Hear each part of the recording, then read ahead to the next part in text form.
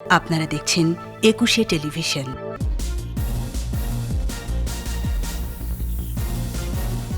সীমান্ত থেকে দেশের অন্যান্য অঞ্চলে ছড়াচ্ছে ভারতীয় ভ্যারিয়েন্ট, অনুমোদন পেল চীনের সিনোভ্যাক টিকা। বাজেটে ঋণ নির্ভর প্রণোদনায় আপত্তি বিরোধীদের ব্যাংক কমিশন গঠনের প্রস্তাব করলেন সরকার দলীয়রা। জাতীয় পরিচয়পত্র স্বরাষ্ট্রে গেলে দুর্নীতি বাড়বে বলছে সুজন, রাজনৈতিক উদ্দেশ্যে ব্যবহারের আশঙ্কা।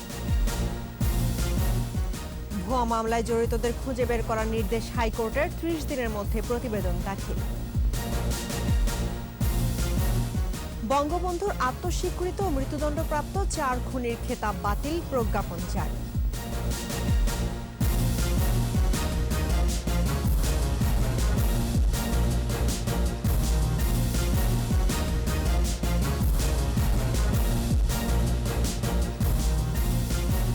শুনছিলেন ফার্স্ট সিকিউরিটি ইসলামী ব্যাংক লিমিটেড সংবাদ শিরোনাম। আমন্ত্রণ রাত 11টার ২১ সংবাদে, আপনাদের সঙ্গে আছি রাহনুমা রাহি। দর্শক, একুশে টেলিভিশনের সংবাদ একই সাথে সরাসরি দেখতে পাবেন আমাদের ফেসবুক পেজ www.facebook.com/ekushe24 অনলাইনে। ভারতীয় ভ্যারিয়েন্ট সীমান্ত এলাকা ছাড়াও অন্যান্য স্থানে ছড়িয়ে পড়ছে বলে সতর্ক করেছে স্বাস্থ্য অধিদপ্তর। করোনায় ২৪ ঘন্টায় মারা গেছে আরও ৩৮ জন। দৈনিক সংক্রমণ কমলেও ভারতীয় ভ্যারিয়েন্টের তীব্রতায় বাড়ছে উদ্বেগ। এদিকে জরুরি ব্যবহারের জন্য চীনের টিকা সিনোভ্যাক অনুমোদন দিয়েছে ঔষধ প্রশাসন অধিদপ্তর। বিস্তারিত জানাচ্ছেন স্মৃতি মণ্ডল। সীমান্ত এলাকায় বাড়ছে সংক্রমণ। ১১ জেলায় এরই মধ্যে উল্লেখযোগ্য মাত্রায় শনাক্ত হয়েছে ভারতীয় ভেরিয়েন্ট। লকডাউন আরোপ করা হলেও বিধিনিষেধ মানছে না অনেকেই, আর এতে করে ভারতীয় ভেরিয়েন্ট দেশের অন্যান্য অংশে ছড়িয়ে পড়ছে।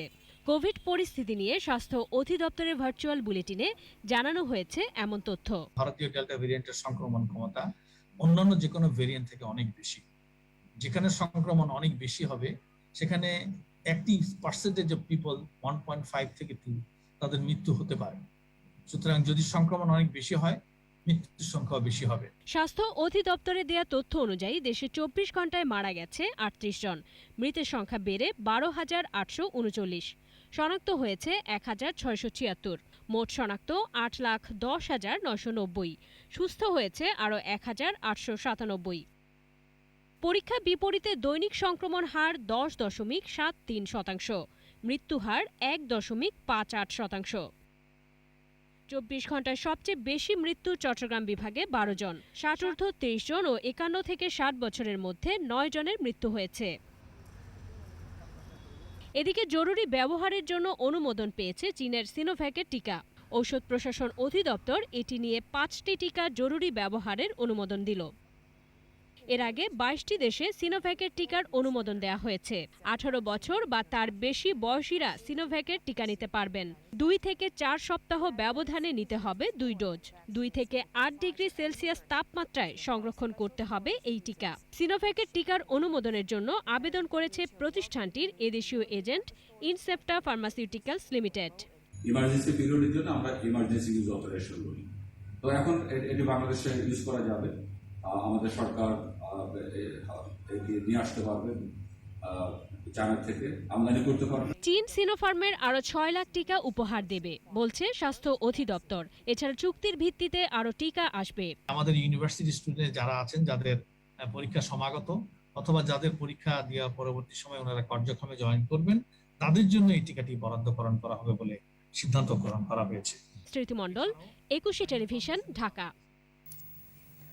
প্রস্তাবিত বাজেট জনবান্ধব নয়, প্রণোদনার নামে ব্যাংক নির্ভর ঋণ দেওয়া হয়েছে বলে মন্তব্য করেছেন বিরোধী দলীয় সংসদ সদস্যরা। জাতীয় সংসদে বাজেট আলোচনায় সরকার দলীয় সদস্যরা আর্থিক প্রতিষ্ঠান তদারকির জন্য ব্যাংক কমিশন গঠনের প্রস্তাব করেন। বিস্তারিত জানাচ্ছেন আকবর হোসেন সুমন। একাদশ জাতীয় সংসদের দ্বাদশ অধিবেশনে ২০২১-২২ অর্থবছরের প্রস্তাবিত বাজেট পরবর্তী আলোচনায় অংশ নেন সরকার ও বিরোধী দলীয় সাংসদরা। মাননীয় স্পিকার, একাদশ জাতীয় সংসদের বিএনপির নির্বাচিত সাংসদরা ২০২০-২১ অর্থবছরের সম্পূরক বাজেট নিয়ে সাধারণ আলোচনায় স্বাস্থ্য খাতে অব্যবস্থাপনার কথা তুলে ধরেন। এই বাজেট উত্থাপন করেছেন মাননীয় মন্ত্রী কোনো ভ্যাকসিনের সুনির্দিষ্ট গাইডলাইন দিতে পারেন নাই। মানুষ ভ্যাকসিন কবে পাবে? আজকে 1.5 বছর হয়ে গেল আজকে করোনা আক্রান্ত হওয়া, আমরা 2% মানুষকে ভ্যাকসিন দিতে পারি নাই। মাননীয় প্রধানমন্ত্রী বারংবার নির্দেশনা দেওয়ার পরেও এখনো দেশের 42টি জেলায় সরকারি পর্যায়ে কোনো আইসিইউ কেন নেই? কেন এখনো রাজশাহী বিভাগে একটা বেডের জন্য মানুষকে 2 দিন ঘুরেও একটা বেড জোগাড় করতে পারে না হাসপাতালে? চিকিৎসা সেবা এখন ব্যবসায় পরিণত হয়েছে মাননীয় স্পিকার। এদিকে আর্থিক প্রতিষ্ঠানে স্বচ্ছতা নিশ্চিতে ব্যাংক কমিশন গঠনের প্রস্তাব দেন সরকার দলীয় সাংসদ। প্রস্তাবিত বাজেটে বেসরকারি শিক্ষা ব্যবস্থায় আরোপিত কর কমানোরও প্রস্তাব দেন তারা। দরিদ্র জনগোষ্ঠীর দীর্ঘস্থায়ী ভোগান্তি লাঘবের বিষয়টি বিবেচনায় নিয়ে 2020-21 অর্থ বছরে এই প্রণোদনা প্যাকেজের আওতা আরও বাড়িয়ে 23টি করা হয়েছে। এই আর্থিক ব্যবস্থা যথাযথভাবে পোষণের জন্য, সংস্কার করার জন্য আমাদের আরও পদক্ষেপ নেওয়া দরকার এবং এই পদক্ষেপগুলো শনাক্ত করার জন্য আমি প্রস্তাব করব যে একটি ব্যাংক কমিশন স্থাপন করা হোক। অধিবেশনের শুরুতে মহিলা ও শিশু বিষয়ক মন্ত্রণালয়ের শিশু দিবাযত্ন কেন্দ্র বিল ও সংস্কৃতি বিষয়ক মন্ত্রণালয়ের বাংলাদেশ জাতীয় আর্কাইভস বিল সহ বেশ কয়েকটি বিল সংসদে উপস্থাপন করা হয়। বাংলাদেশ চলচ্চিত্র শিল্পী কল্যাণ ট্রাস্ট বিল। আকবর হোসেন সুমন, 21 টেলিভিশন, ঢাকা। সরকারের সমালোচনা করতে গিয়ে বিএনপি এখন সত্য বলতে ভুলে গেছে বলে মন্তব্য করেছেন আওয়ামী লীগ সাধারণ সম্পাদক ওবায়দুল কাদের। কেন্দ্রীয় কার্যালয়ে এক অনুষ্ঠানে তিনি বলেন, হারানো ক্ষমতা ফিরে পেতে বিএনপি এখন মরিয়া। দলটি আবার ক্ষমতায় আসলে দেশ অস্থিতিশীল হবে বলেও মন্তব্য করেন আওয়ামী লীগ সাধারণ সম্পাদক। আরও জানাচ্ছেন রিয়াজ সুমন। বঙ্গবন্ধু এভিনিউয়ে আওয়ামী হকার্স লীগের 6 দফা দিবসের আলোচনা সভা। ভার্চুয়ালি যোগ দেন আওয়ামী লীগ সাধারণ সম্পাদক ও সড়ক পরিবহন ও সেতুমন্ত্রী ওবায়দুল কাদের। বাজেট হচ্ছে আমাদের আর্থিক সক্ষমতা। বক্তৃতায় প্রস্তাবিত বাজেট নিয়ে বিএনপির সমালোচনার জবাবে আওয়ামী লীগ সাধারণ সম্পাদক বলেন, সরকারের সমালোচনা করতে গিয়ে বিএনপি এখন সত্য বলতে ভুলে গেছে। সরকারের অন্ধ সমালোচনা করতে বিএনপি এখন সত্য প্রকাশ করতেও ভুলে গেছে। আমরা বিএনপিকে তাদের সময়কালের কথা মনে করিয়ে দিতে চাই। প্রতি বছর বাজেট প্রণয়নের আগে সাইফুর রহমান সাহেবকে প্যারিস কনসোর্টিয়ামে তথা দাতা গোষ্ঠীর বৈঠকে ভিক্ষার ঝুলি নিয়ে ছুটতে হতো। ক্ষমতায় আসতে বিএনপি অন্ধকার পথ খুঁজছে বলেও অভিযোগ করেন তিনি। ক্ষমতার জন্য তারা স্বাধীন রাষ্ট্রকেও দুর্বল করে দিতে চায়। সরকারের বিরুদ্ধাচরণ করতে গিয়ে তারা দেশ ও জাতি বিরুদ্ধাচরণ করছে। আলোচনায় অংশ নিয়ে আওয়ামী লীগের প্রচার ও প্রকাশনা সম্পাদক ডক্টর আব্দুস সুবহান গুলাব বলেন, শেখ হাসিনার নেতৃত্বে বাংলাদেশ এখন উন্নয়নের রোল মডেল। সরকারের বিরুদ্ধে যে কোনো ষড়যন্ত্র রুখে দিতে হকার্স লীগের নেতাকর্মীদের প্রতি আহ্বান জানান তিনি। দেশ এগিয়ে যাচ্ছে, দেশ এগিয়ে যাবে। আমরাই পারি, আমরাই পারবো। আওয়ামী লীগ পারে, আওয়ামী লীগই পারবে। হকার্স লীগ পারে, হকার্স লীগ পারবে।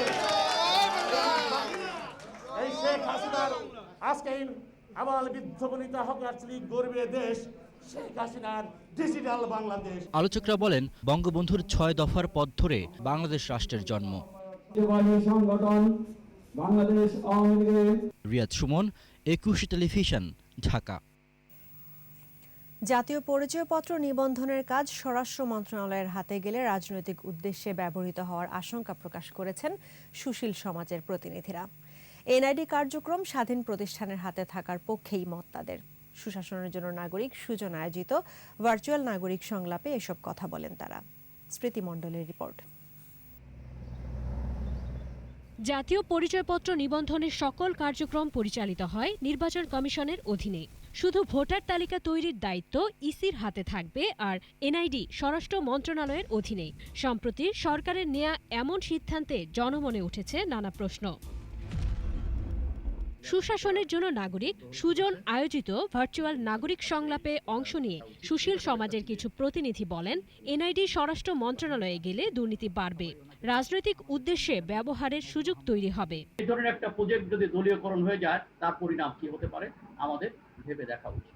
তো সেই জায়গা থেকে এই সাফল্যকে ধরে রাখার জন্য যেটা গুরুত্বপূর্ণ, নির্বাচন কমিশন অথবা নির্বাচন কমিশনের বাইরেও যদি করতে হয় একটা স্বাধীন প্রতিষ্ঠান। পুলিশ ব্যক্তিগতভাবে সৎ কি অসৎ এটা বড় কথা নয়, কিন্তু প্রতিষ্ঠান হিসেবে পুলিশ কিভাবে ব্যবহৃত হয় সেই প্রতিষ্ঠানের হাতে আমি আমার পরিচয়, আমি আমার স্বীকৃতি, আমি আমার সনদ সবকিছুর দায়িত্ব তুলে দিতে আমরা খুবই আশঙ্কা বোধ করি। সাবেক নির্বাচন commissioner doctor M Sakhawat Hossain NID কার্যক্রম শুরুর সময়ের চিত্র তুলে ধরেন। নির্বাচন কমিশনের সাথে আলোচনা না করে এ ধরনের সিদ্ধান্তের নিন্দা জানান। একে নগ্ন হামলা বলে মন্তব্য করেন সুজন সভাপতি। আইডি কার্ড বানাচ্ছে, কিন্তু এখন আপনি এটা সুরক্ষা বিভাগে দিবেন মন্ত্রণালয়ের, এবং টোটাল একটা পলিটিক্যাল গভর্নমেন্ট, এবং এটা নিয়ে যে আমাদের দেশে অতীতে যে ঘটনাগুলো ঘটেছে সেটা হবে না, এটার দায়িত্বকে এটা নিশ্চয়তা কিভাবে আপনি জাতীয় পরিচয়পত্র এটা যেটা ভোটার আইডি থেকে সম্পৃক্ত, এটার সাথে যদি পুলিশ ভেরিফিকেশন যুক্ত করে দেওয়া হয়, এটা যদি শর্ত দেওয়া হয়, তাহলে আপনারা বুঝতেই পারেন যে এটার সাথে কি রকম দুর্নীতি যুক্ত হতে পারে। নির্বাচন কমিশনের স্বচ্ছতা নিয়ে প্রশ্ন তুলে দায়িত্ব পালনে আরো শক্তিশালী ভূমিকা নিতে নির্বাচন কমিশনের প্রতি আহ্বান জানান তারা। হস্তান্তরটা কার্যকর করতে পারেন কিনা। স্মৃতি মণ্ডল, একুশে টেলিভিশন, ঢাকা। ভুয়া মামলা করে জেল খাটানোয় জড়িতদের 30 দিনের মধ্যে খুঁজে বের করে হাইকোর্টে প্রতিবেদন দাখিল করতে সিআইডিকে নির্দেশ দিয়েছেন হাইকোর্ট। একই সঙ্গে ভিকটিম রফিকুল ইসলামের বিরুদ্ধে করা ভুয়া মামলার কার্যক্রম স্থগিত করেন হাইকোর্ট। বিচারপতি আবু জাফর সিদ্দিক ও বিচারপতি কে এম হাফিজুল আলমের বেঞ্চ এ আদেশ দেন। মিথ্যা মামলা ও প্রতারণা বেড়ে যাচ্ছে, হাইকোর্টের আদেশও জাল হচ্ছে বলে মন্তব্য করেন হাইকোর্ট।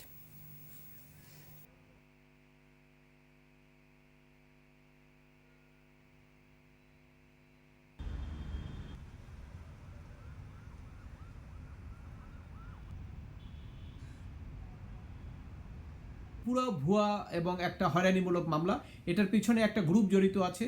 আদালত রুল জারি করেছেন এবং মামলার কার্যক্রম স্থগিত করেছেন। বঙ্গবন্ধুর আত্মস্বীকৃত ও মৃত্যুদণ্ডপ্রাপ্ত 4 খুনির খেতাব বাতিল করে প্রজ্ঞাপন জারি করেছে মুক্তিযুদ্ধ বিষয়ক মন্ত্রণালয়। বিকেলে মন্ত্রণালয়ের উপসচিব রথীন্দ্রনাথ দত্ত স্বাক্ষরিত এই প্রজ্ঞাপন জারি করা হয়। বাতিল করা হয় ক্যাপ্টেন নূর চৌধুরীর বীর বিক্রম খেতাব, মেজর শরীফুল হক ডালিমের বীর উত্তম খেতাব, রাশেদ চৌধুরীর বীর প্রতীক খেতাব ও মোসলে উদ্দিন খানের বীর প্রতীক খেতাব।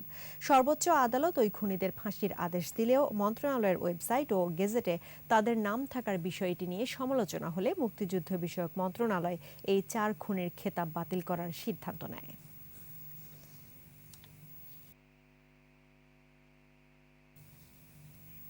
একাধিক নারীকে ধর্ষণের ভিডিও ছড়িয়ে দেওয়ার অপরাধ স্বীকার করেছে আলোচিত টিকটক সজীব। রাজধানীর পল্লবী থানায় এক নারীর করা প্রতারণা মামলায় গ্রেফতারের পর পুলিশ রিমান্ডে ধর্ষণ, প্রতারণা সহ সব অপরাধ স্বীকার করে এই অপরাধী। পুলিশ জানিয়েছে টিকটক সজীবের ল্যাপটপ, 2টি মোবাইল জব্দ করেছে তারা। এছাড়া 2টি ফেক ফেসবুক আইডিও নিষ্ক্রিয় করা হয়েছে। গত 30 মে টিকটক সজীবের অপকর্ম নিয়ে একুশে টেলিভিশনে প্রতিবেদন প্রচারের পর তাকে গ্রেফতার করে পুলিশ। বাকিটা জানাচ্ছেন দীপু শিকদার। 1 বছর ধরে ধর্ষণের পর ভিডিও ধারণ করে নগদ টাকা আদায় সহ ভুয়া আইডির মাধ্যমে এক নারীকে হেনস্থা করছিল টিকটক সজীব। তার বিরুদ্ধে মামলাও করে ভুক্তভোগী ওই নারী। সজীবের অপকর্ম নিয়ে একুশে টেলিভিশনে প্রতিবেদন প্রচারের পর নোয়াখালী থেকে গ্রেফতার করা হয় সজীবকে। পুলিশ জানায় গ্রেফতার এড়াতে ছদ্মবেশ ধরে টিকটক সজীব। রিমান্ডে অপরাধ স্বীকার করেছে সে। সিআইডি বা ক্রাইম পেট্রোলগুলো দেখে সে মোটামুটি একটা নলেজে ছিল যে তার কীভাবে তাকে পুলিশ গ্রেফতার করবে। সেই সুবাদে সে তার মোবাইল দুটো সে অন্যদেরকে দিয়ে দেয় যেন তাকে খুঁজে না পায়। বিজ্ঞ আদালত 3 দিনের রিমান্ড মঞ্জুর করলে পরবর্তীতে তাকে জিজ্ঞাসাবাদ করলে সে মোটামুটি সব স্বীকার করে। নামে বেনামে 2-1টা ফেসবুক আইডি চালাতো এবং বিভিন্ন মেয়েদের সঙ্গে তার যোগাযোগ আছে, সেটাও আমরা সত্যতা পাই। সজীবের ব্যবহার করা 2টি ফোন ও ল্যাপটপ ফরেনসিক পরীক্ষার জন্য সিআইডিতে পাঠানো হবে বলে জানায় পুলিশ। সে ল্যাপটপ এবং মোবাইলের মধ্যে গোপনে তাদের অন্তরঙ্গের ভিডিও ধারণ করছে, সেগুলো রিকভার করার চেষ্টা করতেছি। তার জন্য উপযুক্ত সাজা হয়, যা যা করা সবগুলোই করব। টিকটক সজীবের মতো অপরাধীদের খুঁজে বের করা হবে বলে জানিয়েছে পুলিশ। দীপু শিকদার, একুশে টেলিভিশন, ঢাকা। নিচ্ছি প্রিমিয়ার ব্যাংক লিমিটেড সংবাদ বিরতি। যখন ফিরছি তখন অন্যান্য খবরের সঙ্গে আরও থাকবে। বজ্রপাতে সারা দেশে নিহত 19, ভারী বৃষ্টিতে চট্টগ্রাম নগরীতে জলাবদ্ধতা, কোথাও কোথাও কোমর পানি। চিকিৎসক সাদিরা হত্যা পরিকল্পিত, খুনের পেছনে স্বজনরা, সন্দেহ পুলিশের। আবারও আমন্ত্রণ রাত 11টার একুশে সংবাদে। করোনার টিকার নামে সরকার দেশের টাকা লুটপাট করছে বলে অভিযোগ করেছেন বিএনপি মহাসচিব মির্জা ফখরুল ইসলাম আলমগীর। বিকেলে জাতীয় প্রেস ক্লাবে বাংলাদেশ জাতীয়তাবাদী মুক্তিযোদ্ধা দল আয়োজিত আলোচনা অনুষ্ঠানে তিনি বলেন, সরকারও একটি মহল করোনার টিকা নিয়ে ব্যবসা করছে। বাজেট নিয়ে তিনি বলেন, ঘোষিত বাজেটে দরিদ্র মানুষের জন্য কোনো সুবিধা রাখা হয়নি। করোনার প্রভাবে নতুন করে দরিদ্র হওয়া মানুষের জন্য এ বাজেটে কোনো নির্দেশনা নেই বলেও মন্তব্য করেন তিনি।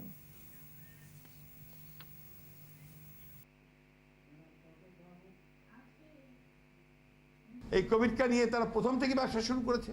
তাদের উপদেষ্টা সাহেবের কথায় অগ্রিম টাকা দিয়ে আপনার অ্যাস্ট্রাজেনেকার টিকা প্রায় 700 কোটি থেকে 3 কোটি টিকা এনে এখন আপনার 1.5 কোটি টিকাও পায় না। চীন যখন এসে বললো যে আমার সঙ্গে চুক্তি করো, তারা করলো না।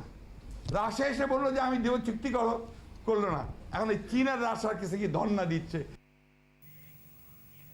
আরও ৮০,০০০ বাস্তুচ্যুত রোহিঙ্গাকে শিগগিরই ভাসানচরে স্থানান্তর করবে সরকার। বাসস্থান সহ মৌলিক অধিকার নিশ্চিতে আন্তর্জাতিক সম্প্রদায় সক্রিয় ভূমিকার আহ্বান জানানো হয়েছে।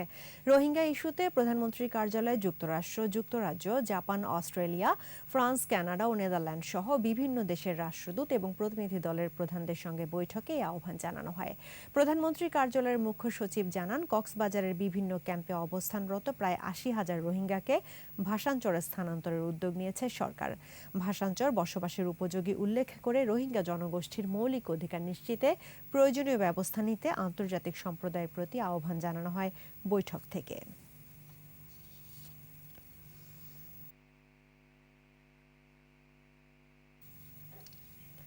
রাজধানী সহ দেশের বিভিন্ন এলাকায় হালকা থেকে মাঝারি বৃষ্টিপাত হলেও কমছে না তাপদাহ। আগামী কয়েকদিন সিলেট, চট্টগ্রামে বজ্রসহ বৃষ্টিপাতের সম্ভাবনা থাকলেও উত্তরাঞ্চলে মৃদু তাপদাহ বয়ে যাবে। আবহাওয়া অফিস বলছে, গ্রীষ্মের স্বাভাবিক তাপমাত্রাই আছে, তবে আর্দ্রতার কারণে বেশি অনুভূত হচ্ছে। মানিক শিকদারের রিপোর্ট। জ্যৈষ্ঠের তীব্র তাপদাহের মধ্যেই থেমে থেমে বৃষ্টি, এরপরও কমছে না গরম। অতিষ্ঠ সাধারণ মানুষ। অসহ্যকর স্বাভাবিক জীবনযাত্রা মানুষের স্থমিত। গরমে তো আমরা কোনো জায়গায় বসে কাজ করতে পারতেছি না। গরমে সবচেয়ে বেশি ক্লান্ত খেটে খাওয়া শ্রমজীবী মানুষ। বৃষ্টি হচ্ছে কিন্তু গরম কমতেছে না, এই অবস্থা খারাপ, জীবন শেষ, শরীর ক্লান্ত হয়ে পড়ে। সামান্য বৃষ্টি হলেই জলাবদ্ধতার ফাঁদে পড়ে রাজধানীর বিভিন্ন এলাকা, দুর্ভোগে নগরবাসী। বাতাসে আর্দ্রতা বেশি থাকায় বৃষ্টি হলেও আবহাওয়া উষ্ণ।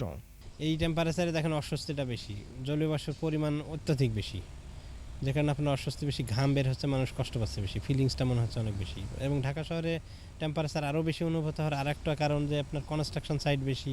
আগামী কয়েকদিন সিলেট, চট্টগ্রাম সহ দেশের পূর্বাঞ্চলে মাঝারি থেকে ভারী বৃষ্টিপাতের সম্ভাবনা আছে, তবে রাজশাহী ও খুলনা অঞ্চলে তাপদাহ অব্যাহত থাকবে। মৃদু ধরনের তাপদাহ বয়ে যাচ্ছে নীলফামারী, দিনাজপুর সহ রাজশাহী এবং খুলনা ডিভিশনে। ঢাকা, সিলেট, ময়মনসিংহ, বরিশাল, চট্টগ্রাম বিভাগের অনেক জায়গায়, রাজশাহী, রংপুর এবং খুলনা বিভাগের কিছু কিছু জায়গায় দমকা সহ হালকা থেকে মাঝারি ধরনের বৃষ্টি হতে পারে। তবে শিগগিরই মৌসুমী বায়ুর প্রভাবে তাপমাত্রা স্বস্তিদায়ক হবে বলে জানিয়েছে আবহাওয়া অফিস। মানিক শিকদার, 21 টেলিভিশন, ঢাকা। কয়েক ঘন্টা বৃষ্টিতেই কোমর পানিতে তলিয়ে গেছে চট্টগ্রাম মহানগরীর বেশিরভাগ এলাকা। নগর জুড়ে তৈরি হয়েছে জলাবদ্ধতা, এতে চরম দুর্ভোগে নগরবাসী। বাসাবাড়ি, দোকানপাটে নালা নর্দমার ময়লা পানি ঢুকে পড়ায় ক্ষোভ জানান সাধারণ মানুষ। চট্টগ্রাম থেকে বিপ্লব মজুমদারের ক্যামেরায় রিপোর্ট করছেন হাসান ফেরদৌস। অল্প বৃষ্টিতেই এভাবে তলিয়ে গেছে বন্দরনগরীর চট্টগ্রামের অধিকাংশ এলাকা। নগরীর আগ্রাবাদ, হালিশহর, পতেঙ্গা, মুরাদপুর, বহদ্দারহাট, চকবাজার, কাতালগঞ্জ সহ নগরীর অনেক এলাকায় জমেছে হাঁটু পানি, কোথাও আবার কোমর পানি নিচে রাস্তাঘাট। সকাল থেকে শুরু হওয়া বৃষ্টিতে চরম দুর্ভোগী নগরবাসী। নালা নর্দমার ময়লা পানি ঢুকে যায় বাসা বাড়ি সহ বিভিন্ন ব্যবসা কেন্দ্রে। এই অবস্থায় যদি এরকম হয়, সামনে গেলে আমার এতটুকু। আমি গেছিলাম শিক্ষা বোর্ডে আমাদের ফর্ম পূরণের টাকা জমা দেওয়ার জন্য, কিন্তু যে কষ্ট আমাকে পোষিত হয়েছে তা আসলে বলার বাহুল্য না। আমার স্যালান্সার পাইপ মানে কি বলবো, ইঞ্জিনের ভিতরে পানি ঢুকে গেছে, এরকম অবস্থা। এই রিপেয়ারিং করে আর কিচ্ছু হবে না এখানে। সিটি কর্পোরেশন, চট্টগ্রাম উন্নয়ন কর্তৃপক্ষ সহ বিভিন্ন সংস্থা ব্যবস্থার সমন্বয়হীনতা আর নগরীর অধিকাংশ খাল বেদখল হয়ে যাওয়ার কারণেই এমন পরিস্থিতি বলে অভিযোগ স্থানীয়দের। ওভারঅল ড্রেনেজ সিস্টেমটা অনেক বেশি উন্নত করার দরকার। আগে এক সময় আমরা শুনছি নগরে পানি হয়, এখন শহর নগর হয়ে গেছে। প্রতি বছরও ওরকমই হয়। আমরা কোনো যে সরকার আসবে আসুক, পানির সমাধানটা আমরা পাইতেছি না। এদিকে পাহাড় ধসের আশঙ্কায় ঝুঁকিপূর্ণভাবে পাহাড়ে বসবাসকারীদের নিরাপদ স্থানে সরিয়ে নিয়েছে জেলা প্রশাসন। বাসার নিকটবর্তী আশ্রয় কেন্দ্রে আশ্রয় গ্রহণ করুন। আবহাওয়া অফিস জানিয়েছে রোববার সকাল 9টা থেকে দুপুর 2টা পর্যন্ত চট্টগ্রামে 44 মিলিমিটার বৃষ্টিপাত হয়েছে। জলাবদ্ধতা নিরসনে 5,500 কোটি টাকার প্রকল্প বাস্তবায়ন করছে সরকার। এরপরও পরিস্থিতির কোনো উন্নয়ন ঘটছে না। অল্প বৃষ্টিতেই তলিয়ে যাচ্ছে চট্টগ্রাম মহানগরীর বিস্তীর্ণ এলাকা। দ্রুত কার্যকর পদক্ষেপ নেওয়ার দাবি তুলেছেন চট্টগ্রামবাসী। হাসান ফেরদৌস, 21 টেলিভিশন, চট্টগ্রাম। বজ্রপাতে সারা দেশে 19 জনের মৃত্যু হয়েছে, আহত হয়েছে 2 জন। চট্টগ্রামের ফটিকছড়িতে বজ্রপাতে 2 নারীর মৃত্যু হয়। পুলিশ জানায় সমুরহাট বাজার এলাকায় জমিতে কাজ করার সময় বজ্রপাতে তারা আহত হয়। পরে তাদের ফটিকছড়ির হাসপাতালে নেওয়া হলে চিকিৎসক 2 জনকে মৃত ঘোষণা করে। এদিকে ফেনীর সোনাগাজীতে বজ্রপাতে 2 শিশু নিহত হয়। পুলিশ জানায় নিহত 2 জনই সম্পর্কে চাচাতো ভাই বোন। প্রচণ্ড ঝড় বৃষ্টির সময় তারা এক ঘর থেকে অন্য ঘরে যাওয়ার সময় বজ্রপাতে গুরুতর আহত হয়। সিরাজগঞ্জে বজ্রপাতে 5 জনের মৃত্যু হয়েছে। পটুয়াখালীর মির্জানগরে ও সদরে বজ্রপাতে 2 জনের মৃত্যু হয়। এছাড়া সাতক্ষীরা, শরীয়তপুর, বরিশাল, নাটোর, পাবনা ও মাগুরায় বজ্রপাতে 5 জন নিহত হয়।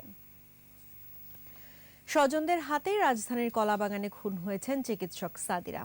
স্বজন, সহকর্মী, বাসার 2 সাবলেট ভাড়াটিয়া ও এলাকাবাসীর সাথে কথা বলে এমন তথ্যই মিলছে, জানিয়েছে ঢাকা মহানগর পুলিশের রমনা বিভাগ। বিস্তারিত জানাচ্ছেন দীপু শিকদার। 31 মে রাজধানীর কলাবাগান এলাকার এই ফ্ল্যাট থেকে গ্রিন লাইফ হাসপাতালের চিকিৎসক কাজী সাবিরা লিপির মরদেহ উদ্ধার করা হয়। সাদিরাকে পরিকল্পিতভাবে হত্যা করা হয় বলে দাবি পুলিশের। মার্ডারের পরে এই যে ডেড বডিটাকে আরও বিকৃত করার চেষ্টা করার একটা প্রক্রিয়া সেখানে ছিল। সেখানে তার ব্যবহৃত যে বিছানাপত্র এবং অন্যান্য আসবাবপত্রে আগুন দিয়ে দেওয়া হয়েছে, যাতে করে লাশটা বিকৃত বা অন্যভাবে হয়ে যায়। সাদিরার বাসার 2 সাবলেট সহ বেশ কয়েকজনকে এরই মধ্যে জিজ্ঞাসাবাদ করা হয়েছে। যখন ঘটনা ঘটেছে তখন এই পার্শ্ববর্তী রুমের যে স্টুডেন্ট কাম মডেল, সে তো ওই সময় ছিল না, বাইরে ছিল। আর ডক্টর ছিল। সেই সময় যে কেউ অপরাধী, যে ক্রিমিনাল, সে ঢুকেছে।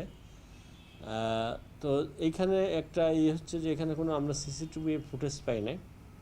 এই গলিতেই কোনো সিসিটিভি ফুটেজ নাই, কোনো বিল্ডিংয়ে নাই। এটা একটা ল্যাপস রয়েছে। জিজ্ঞাসাবাদে পাওয়া তথ্য থেকে পুলিশ প্রায় নিশ্চিত হয়েছে স্বজনদের হাতেই খুন হন সাদিরা। এই প্রক্রিয়াতে একাধিক লোক থাকার সম্ভাবনা বেশি, তবে এটাও কনফার্ম করে বলা যাবে না যে এন্ট্রি গেট, মূল গেট, সেই গেটটা কিন্তু ভাঙা হয় নাই। আর তার মানে হলো যে গেটটা ভিতরতে খুলে দেওয়া হয়েছে, তারপরে ঢুকছে, তারপরে যা কিছু ঘটছে। তো এই অবস্থায় আমাদের কাছে মনে হয়েছে যে এটা নিশ্চিতভাবে কোনো পরিচিত জন হওয়ার সম্ভাবনা সবচেয়ে বেশি।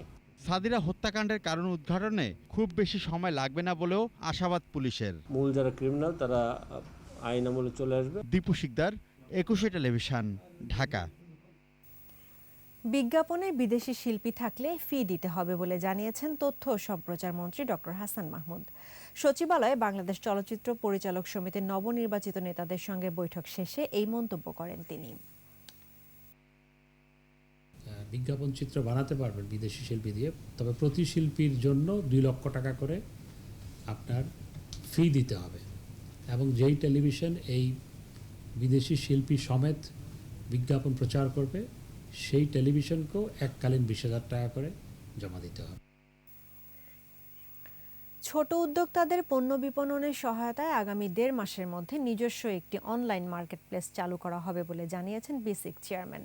আর পরিস্থিতি উত্তরণে ছোট উদ্যোক্তাদের জন্য আরও একটি প্রণোদনা প্যাকেজ দেওয়ার পরামর্শ ব্যবসায়ী ও অর্থনীতিবিদদের। এছাড়া এ খাতে ঋণ বিতরণ কার্যক্রম সহজ করারও তাগিদ দিয়েছেন তারা। তৌহিদুর রহমানের রিপোর্ট। করোনায় বেশি ক্ষতির মুখে ক্ষুদ্র ও কুটির শিল্প খাত। সংকট উত্তরণের পথ খুঁজতে যৌথভাবে এই ভার্চুয়াল বৈঠকের আয়োজন করে ইআরএফ ও বিসিক। বৈঠকে ছোট উদ্যোক্তাদের ক্ষতির বিষয়টি প্রাধান্য পেলেও কিছু আশার তথ্য উঠে আসে। প্রণোদনা না পেয়েও অনেকে ঘুরে দাঁড়িয়েছেন। এগিয়েছে ই কমার্সও। এটা একটা পজিটিভ সাইড যে আমাদের ফার্মগুলো যখনই ওপেন আপ হলো তখন খুব কুইকলি তারা রিকভার করতে চেষ্টা করেছে। ব্যবসায়ীরা বলছেন ঋণ বিতরণ প্রক্রিয়া কঠিন হওয়ায় বেশিরভাগ ছোট উদ্যোক্তা সরকারি প্রণোদনা থেকে বঞ্চিত হচ্ছেন। আমরা প্রস্তাব করেছি যে এবারে স্টিমুলাস যেন একটু সিএমএসএমই কেন্দ্রিক হয়। একটা জিনিস যেটা আমাদের একটা বিগেস্ট চ্যালেঞ্জ হলো আমাদের আসলে কোনো সিএমএসএমই ডেটাবেস নাই। ক্ষুদ্র উদ্যোক্তারাও যেন বাংলাদেশের তাদের ব্যবসায়িক ঠিকানাকে বাংলাদেশ আকারে নির্ধারণ করতে পারেন এবং কোভিডকে খালি কোভিড মনে না করে কোভিডকে একটি অপরচুনিটি মনে করে কিভাবে আমরা ব্যবসায়িক কর্মকাণ্ডকে সম্মুখের পানে এগিয়ে নিতে পারি সে ব্যাপারে মনোযোগ দেওয়া বোধহয় বেশি প্রয়োজন বলে আমি মনে করছি। ট্রেড লাইসেন্স জিনিসটা আই থিংক আরো ইজিয়ার করতে হবে। ছোট উদ্যোক্তাদের ক্ষেত্রে একটি অ্যাকাউন্টেই সব ব্যাংকিং সেবা নিশ্চিতের পরামর্শ সাবেক এই গভর্নরের। বেসিক শিল্প এলাকাগুলোর আধুনিক আইনেরও তাগিদ তার। বাজেট থেকেও নিয়ে যে ইমার্জেন্সি বাজেট যেটা রাখা হয়েছে সেখান থেকেও কিছুটা ফান্ড নিয়ে হলেও এদের জন্য ইমার্জেন্সি রেসপন্সের একটা ব্যবস্থা, এটা একটা আমার সুনির্দিষ্ট প্রস্তাব থাকবে। অন্যদিকে ক্ষুদ্র ও কুটির শিল্পের জন্য নানামুখী পদক্ষেপ নেওয়া হচ্ছে বলে জানান বিসিক চেয়ারম্যান। আমরা অনলাইন মার্কেটিং করতে চাচ্ছি, খুব শীঘ্র 2 মাসের ভিতরে বেসিক অনলাইন মার্কেট লঞ্চ হবে। শিল্পমন্ত্রী জানালেন সর্বাধিক কর্মসংস্থান সৃষ্টিকারী খাত হিসেবে ছোট উদ্যোক্তাদের সহায়তায় সরকার কাজ করে যাচ্ছে। শিল্প মন্ত্রণালয় শিল্পায়নের বিকাশে নিরলসভাবে কাজ করে যাচ্ছে। এই ধারাবাহিকতা এসএমই নীতিমালা 2019 প্রণয়ন করেছে। দ্রুত সময়ে করোনার প্রাদুর্ভাব কেটে গেলে দেশের ক্ষুদ্র মাঝারি ও কুটির শিল্প খাতে আবারও গতি ফিরবে বলে আশা বিশ্লেষকদের। 12 থেকে 14% এমপ্লয়িকে ছাঁটাই করা হয়েছে। এটি সত্যিকার অর্থে একটি কিন্তু উদ্বেগের বিষয়। তৌহিদুর রহমান, 21 টেলিভিশন, ঢাকা। দেশীয় শিল্প বিকাশ এবং বাংলাদেশি ব্র্যান্ড তৈরির স্বপ্নই এবারের বাজেটের নতুন দিক বলে মনে করেন শিল্পোদ্যোক্তারা। যন্ত্রাংশের আমদানি শুল্ক কমানোয় বিদ্যুৎ চালিত মোটরসাইকেল, গৃহস্থালী কাজে ব্যবহৃত ফ্রিজ, এসি, ব্লেন্ডার সহ বিভিন্ন ইলেকট্রনিক শিল্পের বিকাশ ঘটবে। বিশেষজ্ঞরা বলছেন বাজেট ব্যবসা বান্ধব হলেও দীর্ঘমেয়াদী পরিকল্পনা দরকার। মানিক শিকদারের আরও একটি রিপোর্ট।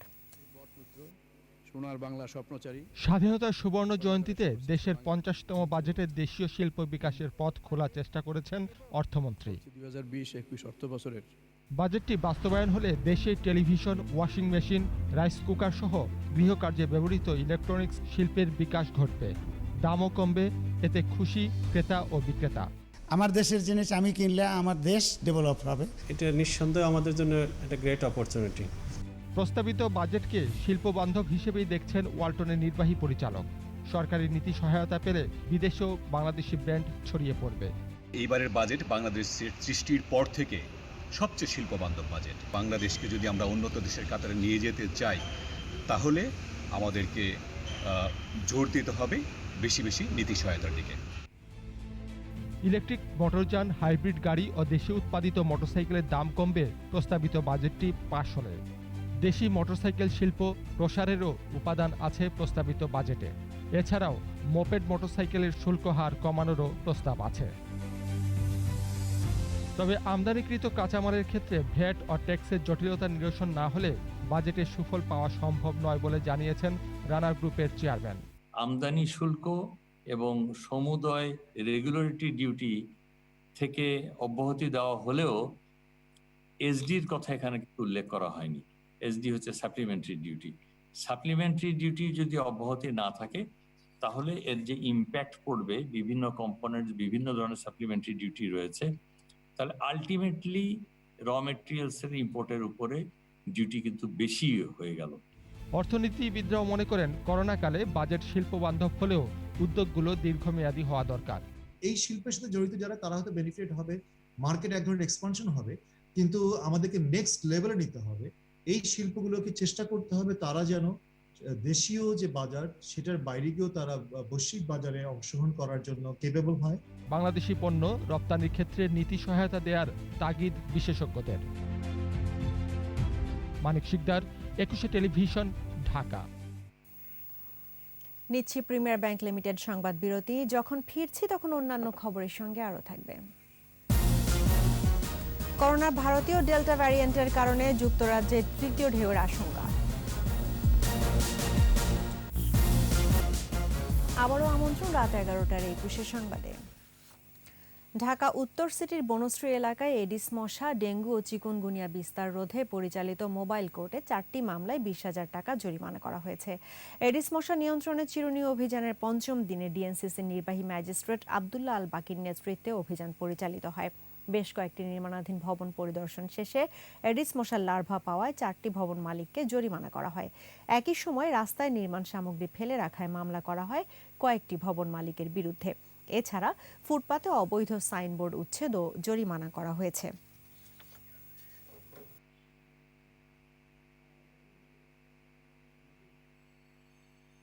চিরুনি অভিযানের আজকের 5ম দিন। বনশ্রীতে আমাদের অভিযানের অংশ ছিল। এই পর্যন্ত আমরা 5-6টি বাড়িতে লার্ভা পেয়েছি। তার মধ্যে প্রত্যেকেরই আমরা 5,000 টাকা করে জরিমানা করেছি। সংবাদের এই পর্যায়ে ব্যবসা বাণিজ্যের খবর।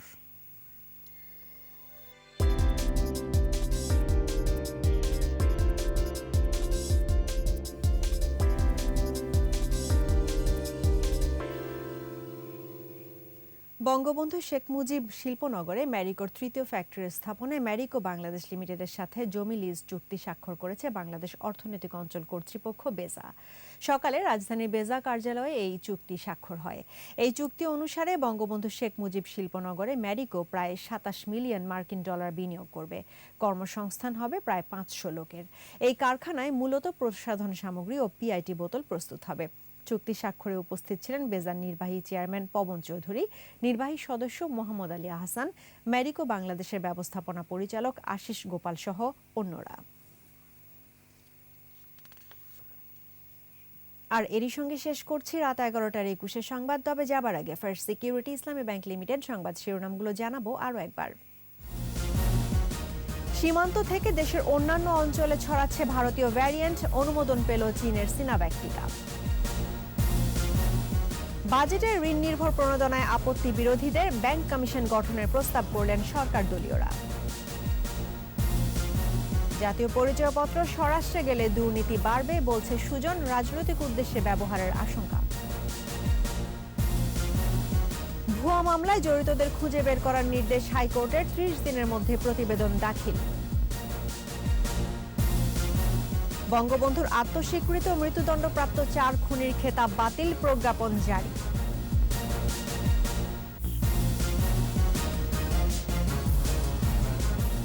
দর্শক, 21-এর সর্বশেষ খবর জানতে ডায়াল করুন 2021 নম্বরে, আর ভিজিট করুন 21-tv.com এই ওয়েবসাইটে। এছাড়া ফেসবুকে লগ ইন করতে পারেন facebook.com/2124 অনলাইনে। এতক্ষণ সঙ্গে থাকার জন্য ধন্যবাদ। আমাদের পরবর্তী সংবাদ রাত 1টায় দেখার আমন্ত্রণ রইল। 21-এর সঙ্গেই থাকুন, স্বাস্থ্যবিধি মেনে চলুন, সুস্থ থাকুন।